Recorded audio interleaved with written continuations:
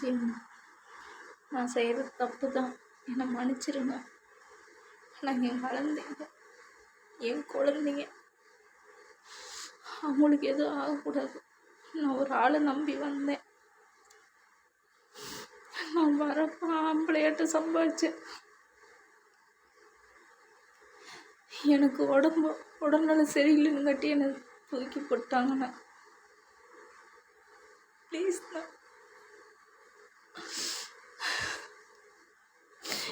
என் பிள்ளைங்களுக்கு எதுவும் ஆகக்கூடாது.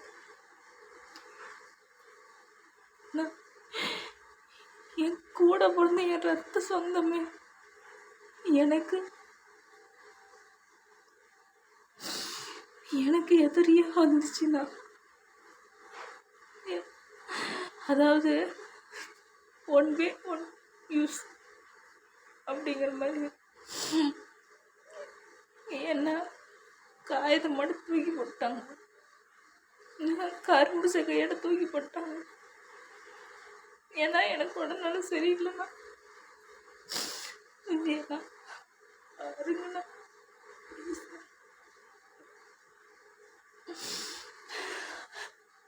இன்னைக்கு அரசியலில் வர போயிருக்காங்க.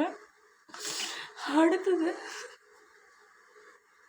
என் குடும்பத்தை என்ன பிரச்சனை பண்ண போறாங்கன்னு எனக்கு பயமா இருக்கு. பாருங்க விஜயண்ணா, கொஞ்சமாடு பாருங்கண்ணா. அண்ணா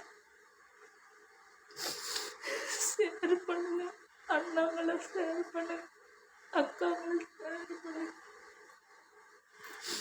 இங்க என்ன நடக்குது? நான் எப்படியோ ஆனால் என் பிள்ளைங்களை நல்லா தான் வளர்த்துனேன்.